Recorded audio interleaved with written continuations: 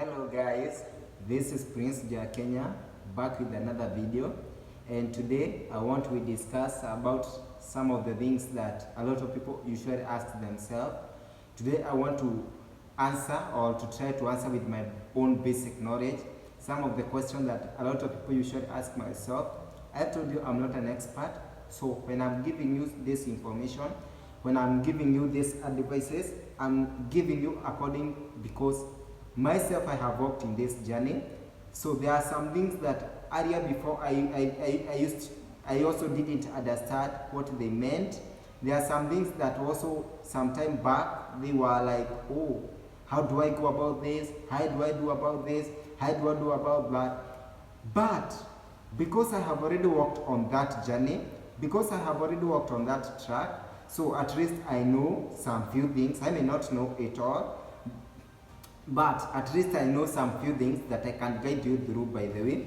And also, I know some few people that might help us, because there are some things that you might ask me, but I don't know. But I know someone else who can help us and give us an idea about how to go about certain things. So I'm here so that we can discuss about the green card and some of the things that are like a mystery, and some of the things that a lot of people ask themselves. About green card. Like, there are these people that asked me, there are these people that ask themselves. Now let us start from the month of October. There are these people that usually ask themselves, so apply, what is the best time what is the best time like to apply the green card? What is the best time like to apply the green card? When I apply the first week, when I apply the first day, when I apply the second day, the third day, or wherever the time, which is the best time you can apply green card that will give you a high chance of winning? That will give you a high chance of winning. The correct answer is, there is no specific nice time for you to apply the green card that will guarantee you 100% selection. I got it? I hope you got it.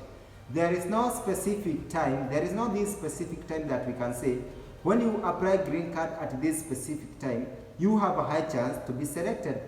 The person that applied the first day, the person that applied the third day, the person that applied the second week, third week, or fourth week, they all have the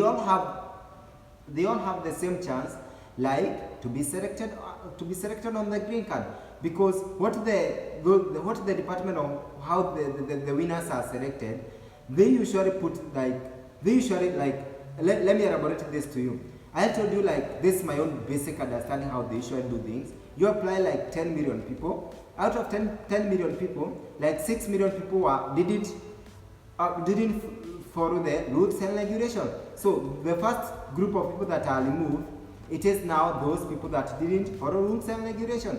Among the other people that have remained, I don't know how they usually divide with the region and something like that, because each and every region, or each and every country has been allocated a certain number of people. Like, let me give an example of Kenya. Kenya, like, let's just say that 100,000 people in Kenya applied green card. Out of 100,000, 50,000 people did the long thing, or applied in a long way. So 50,000 people are first taken out. Now, among the 50,000 that has been left, might be they just only need 2,000 people. Now the computer is put to select randomly 2,000 people out of 50,000 people that did the correct thing. That's just how winners are selected. At least you have gotten the hint of how winners are selected. The first batch of groups that are removed, it is those that didn't follow the instruction and didn't follow the rules and regulation or something like that. Now, among the people that applied according to the correct way, applied according to the right way, and according to the rules and instruction, each and every region and each and every country is allocated a certain number, and that number is taken out of those people that applied a correct way. So applying on the first week, applying on the second week, or the third week does not give you a high chance to be selected. The thing that gives you a high chance to be selected, it is doing the right thing, and it is doing the right thing as per the instruction and the guidelines state of department or the travel department or the diversity visa requirements and something like that. When you go to their website, you can see the regulation and the instruction that they give to you. And even before you go ahead and apply the green card, there are a lot of instruction that they give you. So you may decide like to apply the first week, but apply the correct way, you are good to go. You may decide to apply the second week and apply the right way, you are good to go. You may decide to apply the third week and apply in a good way, you are good to go. Or the fourth week, you are good to go. As long as you do the right thing, you increase your high chances of being selected. Another people might ask me, if at all I have a relative in the US, like this one of my brother asked me, because you yourself currently are in the US, does it mean that if you apply me from that side of the US, you will increase my chances of me being selected? Let me tell you and let me answer this to you. Being that myself, like I'm in the US right now, if at all, or you have a relative or a friend who is in the US currently here in the US, if at all that person in the US apply for you, that does not give you high chance to be selected. That does not give you high chance to be selected. Because all what they look for, it is you did the right thing. And remember, me applying you where I'm here in the US does not mean that your details or your addresses will be of the US. Remember, if you are from Kenya, even if I will apply you here in the US, you will be categorized among the list and group of people that will be taken out or that will be selected of the group of people from Kenya. Because I'm in the US does not mean that. Now you will be put in the category of people that are in the US. Even if I may go ahead and apply my brother here in the US, does not mean that now when they will be doing the selection, he will be categorized among the people that applied in the US. No, his address and the county of chargeability, I don't know whether like that, still remain to be Kenya. So he will be put among the category of the people that applied in Kenya. So me applying him here in the US does not give him a high chance to be selected. Does not give him a high chance to be selected. He will still be categorized with other group of people that will be selected. If at all he did the right thing, no matter where you applied your green card at, you have a high chance to be selected. And if at all I may also go ahead and apply him in a long way here in the US, still he will be taken out. He will not be selected. He will be categorized in the group of people that would be selected. So applying green card, whether you are being applied green card by a person here in the US, does not increase your chances to be selected. I told you the thing that can increase your chances. No, it's only one thing. It is doing the right thing. Okay, come on me. A lot of people might ask themselves, I applied the green card on October. When are the green card results announced? I applied green card on October. Where are the green card announced? Green card results are announced on the following year, the month of May. Like you applied green card on this year, October, the result will be announced on the following year, the month of May. Other people might go ahead and ask me, what should I do when I check my result and I'm not selected? What should I do when I check my result and I'm not selected? If at all you will check your result on the month of May and see that you are not selected, there is nothing else you can do but not to lose hope and apply again the same year and apply again the same year. So if at all you will check your result and you are not selected, there is nothing you can do apart from now keeping the hope alive and trying your luck again the same year or the next DV visa lottery, So other person might ask me, so if I'm selected, what should I do next? If at all I will be selected, what should I do next? I told you, once you check that you are selected, the next thing that you can do, it is filling DS260. Filling DS260 form. If you want to know what is DS260, if you want to know how to fill DS260, just go to Google DS260 or Google how to fill DS260 or go to YouTube. A lot of YouTubers have discussed about this one. Go to YouTube. Just in that search box, do you see that YouTube that gives you a chance to search anything? Put how to fill DS260. How to fill DS260. You will see a lot of people have discussed how to fill DS260 and you will be good to go. Another thing that people usually ask themselves, although I will come with another video to explain this thing. After filling DS260, How long does it take to be called for an interview? After 3 years to 16, how long does it take to be called for an interview? It will matter with your case number. I have told you, once KCC finishes processing your DS to 60, once KCC finishes processing your DS to 60, the thing that will matter when you will be scheduled for an interview, first thing, it is your case number. If at all you have low case number, your interview will be sooner. If at all you have a high case number, your interview will be later, because for the past couple of years, KCC has been scheduling an interview according to the case number. If at all they would come to change in the future, I don't know, but past many years, they have been scheduling an interview according to the case number. So, if after KCC completing processing your DS to 60, the fiscal year of your year start on October. The fiscal year of your year start on October.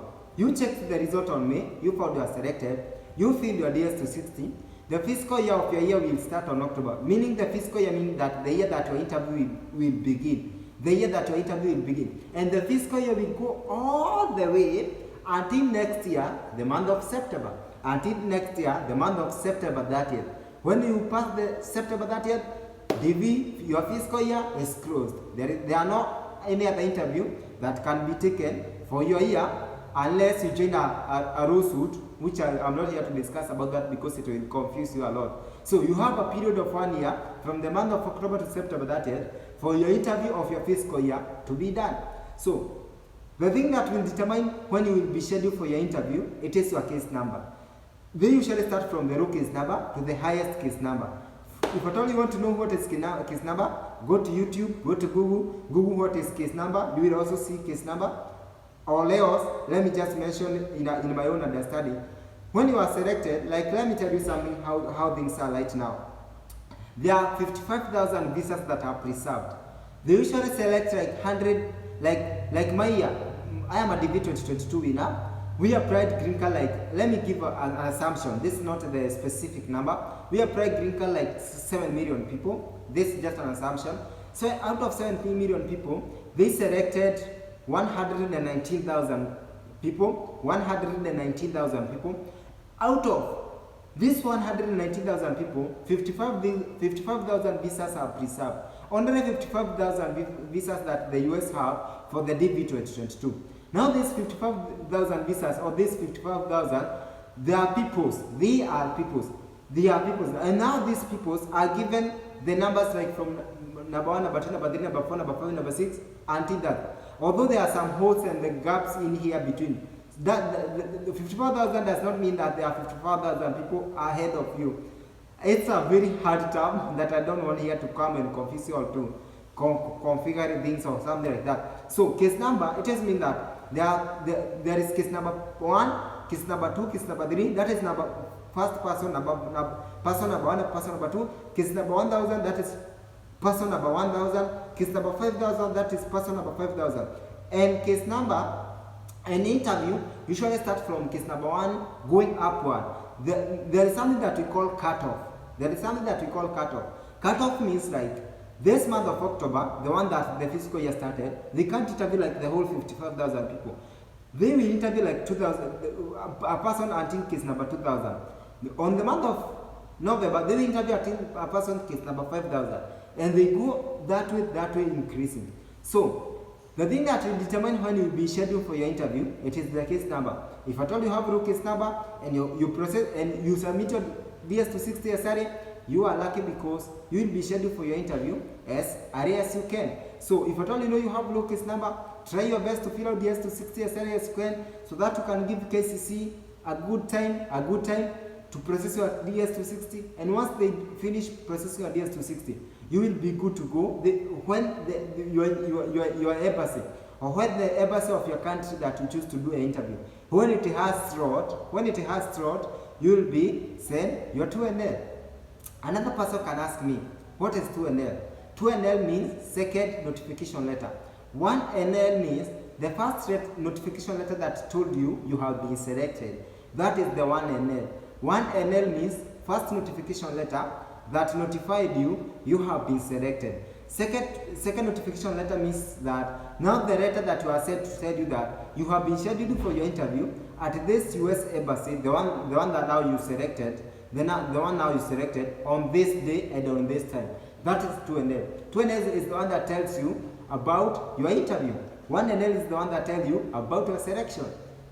So come, I don't know what I want to mean, but come now, you have been given, you have received your 2NL, and now there are some processes that you are supposed to get. You have done your interview, you have received your visa, something like that, and now you are good, ready to come here in America. Another thing that confuses people is interview fee and green card fee. Interview fee and green card fee. So there is this interview fee that is diridari or diridati. In this accent they call it diridari, but by accent we call it diridati US dollar. That diridati US dollar, it is for interview fee. That is interview fee, and it is non-refundable. Whether you are given a visa or whether you are not given a visa, that money is non-refundable. And then once you are approved for your visa, there is another money that you usually pay before you relocate over here in the US, although that is not a stress, because you may decide to pay back in your country before you relocate over here, or you may decide to pay while you are still here in the US. But my advice to you is just try your best and pay while you are back in your country, because that money is called green card money. That money is to help you to be processed by USCIS, the green card ID. Remember I told you are a green card holder, you are a permanent resident, you are not a citizen, you are a green card holder. Now, you will be given a green card ID. That green card ID has got 10 years. There is another video that I made about I received my green card. Revisit that video and you will see more explanation about that green card ID. So, the money that you will pay, $220 US, is it 220 or 222? 220 US dollar.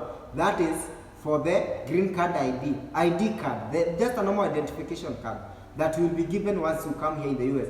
That is $220 US, and the other $30 US, it is the visa fee interview. So I don't think there is another confusing term that a lot of people ask themselves, but I just stayed away in my room, and I thought of to come here and make a video about some of the terms that a lot of people usually ask themselves. If at all there is something that I might have forgotten, just hit my comment section. I will come here and elaborate more. If at all I don't know, I will go ahead and ask some expert that I know that might give us the hint. I also will encourage you and advise you. Please make a Google and YouTube your friend.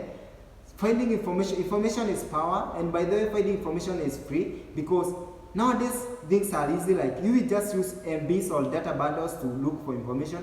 Educate yourself. These things that we shall discuss are in the Google, are in the YouTube, and are all in the social media, in Facebook too. Take your time to search information about many things that you might want to know. Anything that you might want to know.